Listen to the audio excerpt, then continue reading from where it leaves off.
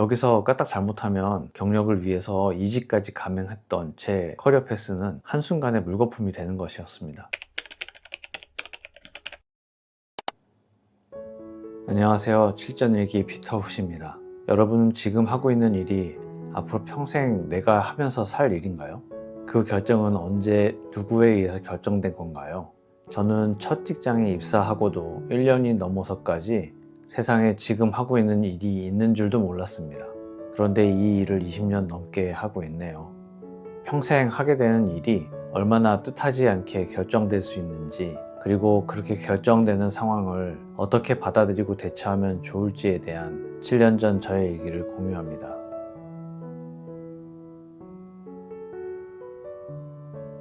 2019년 4월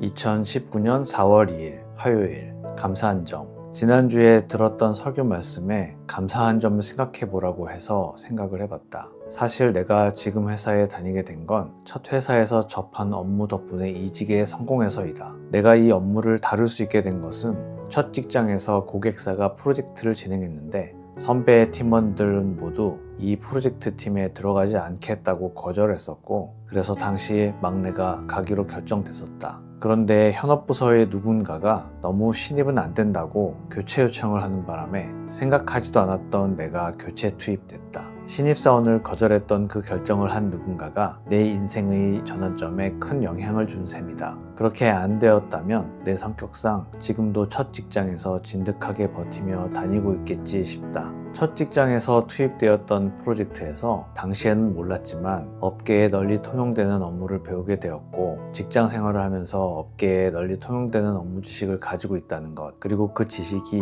진입장벽이 높아서 어느 정도 직업 보안이 유지된다는 것은 큰 행운이었다. 누가 직장을 선택할 때 그 직장에서 어떤 일을 하게 될 것까지 예상할 수 있겠는가? 또 예상한다고 해도 내 마음대로 선택할 수도 없고 대부분 그 타이밍에 필요한 자리에 배치되지 않는가? 그런 면에서 능력을 쌓을 수 있는 곳에 배치되었다는 것은 어떻게 결정되었건 감사한 일이다. 그런 일도 10여 년 넘게 하다 보면 지겨워지긴 한다. 너무 오래 같은 일을 하고 있는 것 같은데 내년에는 자이건 타이건 뭔가 다른 일을 하게 되지 않을까?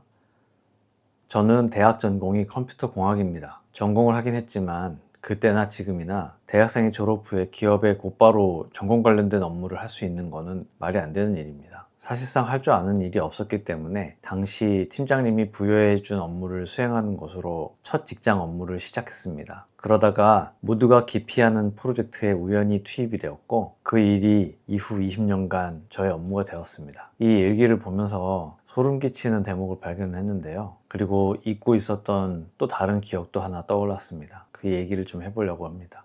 이 프로젝트가 고객사에서 진행되기로 했던 때는 선배들은 위로 쭉 있었고 제가 있고, 제가 막내는 아니었고 막내 후배가 하나 있었던 때죠. 저는 입사한 지 이제 갓 1년이 됐기 때문에 제 위에 있는 바로 사수 선배한테 그 일을 배우고 있는 중이었고요. 신입사원 제 후배분은 들어온 지 얼마 안 돼서 이제 겨우 오리엔테이션 마친 상태? 그 정도였습니다. 고객사에서 진행하려고 하는 프로젝트는 이 선배들이 손에 익었던 일이 아니고 다른 기술을 요구하는 그런 업무였습니다. 선배 팀원들이 모두 이 프로젝트에 들어가지 않겠다고 거절을 했어요. 당연하죠. 자기 손에 익지 않은 어떤 일을 새로 배우면서 프로젝트까지 진행해야 된다는 건 어떻게 보면 야근도 강요받을 수 있는 그런 일이었거든요. 그래서 선배들이 모두 다 거절을 했고요. 그래서 당시에 있던 막내, 제 후배죠. 그 막내가 억지로 가기로 결정이 됐습니다. 당시에는 이 일의 종류나 성격을 전혀 몰랐고요. 앞으로 이 일이 전망이 있게 될지, 시장에서 평가가 어떻게 될지 그게 드러나기 전이었던 상황입니다. 현업에서 막내가 투입될 예정이라는 이야기를 듣고 고객사 프로젝트 팀에 있던 누군가가 요청을 한 거죠. 너무 막내를 투입하면 자기들도 힘들어질 거잖아요. 메일 쓰는 법, 전화 받는 법부터 다 가르쳐줘야 되는 신입이 프로젝트에 들어온다는 게 그들도 부담이었을 것 아닙니까? 그래서 그 친구 말고 다른 사람을 달라라는 요청이 오는 바람에 제가 뜻하지 않게 교체 투입이 됐던 겁니다. 막상 프로젝트에 들어가서 일이 돌아가는 걸 보니까 꽤 재미가 있었어요. 이런 세계가 있는지도 몰랐던 상황에 투입됐던 터라 그냥 신기하고 재밌었죠. 흥미를 느끼다 보니까 어쨌든 강제로 교체 투입이 된 프로젝트였지만 이것도 한번 배워보면 좋겠다. 어차피 그때는 제가 할 수 있는 게 아무것도 없었기 때문에 해보면 좋겠다 이런 생각이 들었고요. 그래서 새로운 기술을 습득하고 스스로 이것저것 해보고 남들보다 좀 적극적으로 그 프로젝트에 익숙해지려고 노력을 했었습니다. 프로젝트는 한 1년 정도 넘게 쭉 진행이 됐고요. 프로젝트가 딱 끝나면서 투입되어 있던 외부 인력들, 프로젝트 팀들이 전부 철수를 하고 우리 본사 사람들만 남았는데 이제 오류를 직접 처리하고 대응을 해야 되는데 가능한 사람들이 얼마 없었습니다. 말씀드렸지만 저는 이제 프로젝트에 들어가면서 이게 흥미가 있다고 느꼈기 때문에 당시에 기왕 시작된 거 열심히 해보자 이렇게 생각을 해서 자격증도 따고 열심히 공부를 했었거든요. 이후에 이 일은 시장에서 잘 나가는 일이 됐지만 이때 당시만 해도 이렇게 될 줄 몰랐었습니다. 저는 이때 정말 운이 좋았던 거죠. 20년간 유지할 수 있는 업무 지식을 습득했으니까요. 어느 조직이나 신입이건 경력이건 새로 유입된 사람에게 터세가 있기 마련입니다. 기존에 있던 사람들이 있는 조직에 새로운 사람이 딱 유입이 되면 그 사람은 여기서 돌아가고 있던 일에 대해서 자세히 모르니까, 그리고 이들의 유대관계보다는 훨씬 약한 유대관계를 갖고 있기 때문에 이 들어온 사람은 타겟이 되죠. 대체로 아무도 원하지 않거나 좀 배제하고 싶은 그런 업무의 배정이 되는 경향이 있습니다. 저도 여러 번 이직을 했기 때문에 이런 상황을 여러 번 겪어봤습니다. 다시 말씀드리지만 신입 때 제가 배정받았던 일이 향후에 전망이 좋은 일이 됐던 건 정말 운이 좋았던 케이스였던 거고요. 보통은 아무것도 모르고 시키는 대로 덥석 일을 받는데 저의 경우는 그게 황금알을 낳는 오리였던 케이스죠. 강제로 내가 지금까지 해왔던 경력과는 상관없는 일이 배정되거나 지방으로 가야 된다거나 아니면 경력이 끊겨서 이직길도 막혀버리는 일이 허다합니다. 아까 말씀드렸던 소름 끼쳤던 제 경험을 하나 말씀드릴게요. 저의 세 번째 직장은 매우 경직된 공무원 같은 문화를 가진 회사였습니다.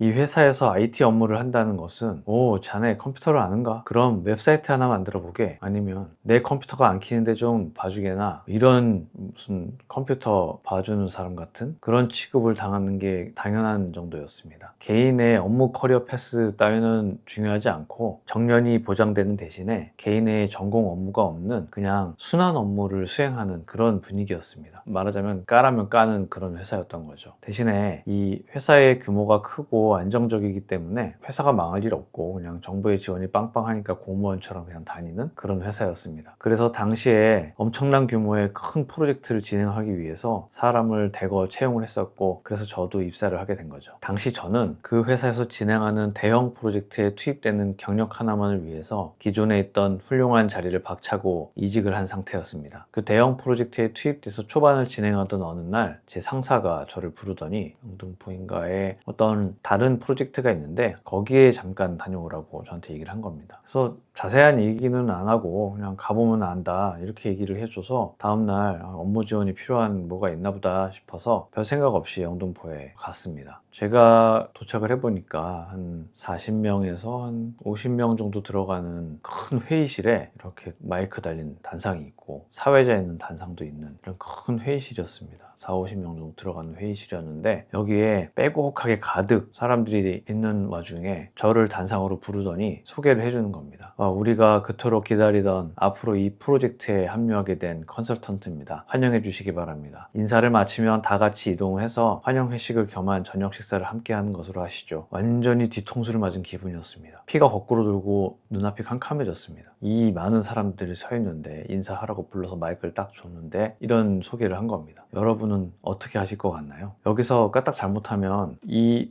소규모 요 작은 요 프로젝트 말고 원래 하고 있던 그 대형 프로젝트 경력을 위해서 이직까지 감행했던 제 커리어 패스는 한순간에 물거품이 되는 것이었습니다. 이 회의실에는 이 회사 고객사의 사장, 임원을 포함해서 40명이 넘는 사람들이 앉아 있었거든요. 제가 그 앞에서 그렇게 얘기했습니다. 뭔가 오해가 있으신 것 같습니다. 아닙니다. 저는 이곳에 하루 방문하라고 지원하라는 안내를 받았을 뿐이고 프로젝트를 함께 진행하러 온 사람이 아닙니다. 와, 순간 고객사 대표와 임원들을 포함한 모두 얼음물을 끼얹은 듯 침묵했습니다. 당연히 저녁 환영 회식인지 뭔지 관심도 없었기 때문에 그래도 회식엔 참석하라는 말을 고사하고 그대로 돌아 나왔습니다. 그때를 떠올린 지금도 목소리가 제가 떨리는 것 같은데요. 눈앞에는 여전히 아무것도 보이지 않고 제가 어떻게 지하철역으로 돌아왔는지 기억도 나지 않았습니다. 지하철역에서 아내에게 전화를 하는 제 손은 덜덜덜 떨리고 있었습니다. 아내에게 상황이 이렇게 되었다고 설명하는 와중에 조금씩 정신이 돌아오기 시작했고요. 이 일을 여기에서 어떻게든 마무리 지어야 되겠다라는 생각이 들어서 머릿속으로 어떻게 해야 될지를 좀 정리를 했습니다. 아내와 전화를 끊고 저를 여기에 가라고 했던 그 상사에게 전화를 했습니다. 너무 열받고 기분이 나빴지만 아주 차분한 말투로 이곳에 있는 사람들은 완전히 오해를 한 것 같고 그래서 잘못 알고 있다고 내가 얘기를 하고 나왔다. 만에 하나라도 나는 이 프로젝트에 들어갈 생각이 없으니 다른 사람은 다시 알아보셔라. 나는 대형 프로젝트, 아까 얘기했던 그 대형 프로젝트 경험을 하기 위해서 이직을 했기 때문에 다른 옵션은 받아들이지 않겠다라고 확실히 얘기를 했습니다. 통화를 하면서 상대방의 반응을 살펴봤는데요. 이런 식으로 일을 처리했던 게 한두 번이 아니었던 것 같습니다. 아주 차분한 말투로 그냥 알았다 이렇게 받아들이더라고요. 생각했던 반응은 아니었죠. 이제는 사회생활을 좀 오래 하다 보니까 이런 식으로 직원들을 부속품 마냥 대하는 사람들이 얼마나 많은지 이미 잘 알고 있습니다. 그 사람들도 당장 공경에서 벗어나기 위해서 다른 사람들을 재물 삼는 건데요. 한편으로 이해는 가지만 그렇다고 그 사람들을 옹호해주고 싶은 생각은 없네요. 제가 이 영등포 쪽에 있는 작은 프로젝트에 언질도 주지 않은 상태에서 가야 됐던 일은 저도 입사한 지 얼마 안 됐기 때문에 그 안에 돌아가는 상황을 제대로 알 수 없고 그리고 입사한 지 얼마 안 된 사람이 거절하는 거는 더 어려운 상황이잖아요. 그렇기 때문입니다. 직장 생활을 처음 할 때는 특히나 내가 들어온 이 업계에 어떤 일들이 있고 어떤 일을 선택해야 전망이 좋을지 잘 알기 어려울 겁니다. 처음에는 운이 좀 따라줘야 되죠. 하지만 제 세 번째 직장에서 에피소드를 보세요. 정신을 똑바로 차리고 있지 않으면 안 됩니다. 맡은 바 일을 열심히 하는 것도 중요하지만 회사 돌아가는 사정도 관심을 가지고 있는 게 좋습니다. 그리고 특히 한국 회사에서는 하기 힘들어 보이는 직장에서의 거절도 선택할 수 있다는 것을 잊지 마시기 바랍니다. 정말 아니다 싶은 일이라면 거절하고 돌아서야 됩니다. 이직이라는 카드도 있고 퇴사라는 카드도 있습니다. 물론 마지막에 써야 되는 카드인 거는 맞는데요. 한쪽 문이 닫히면 다른 쪽 한쪽 문에서 새로운 문이 열리거든요. 저와 같은 일을 하다가 파일럿이 된 사람도 봤고 사업을 시작해서 사장님이 된 경우도 봤습니다. 세상에는 이 일만 있는 건 아닙니다. 스스로 납득하지 못하는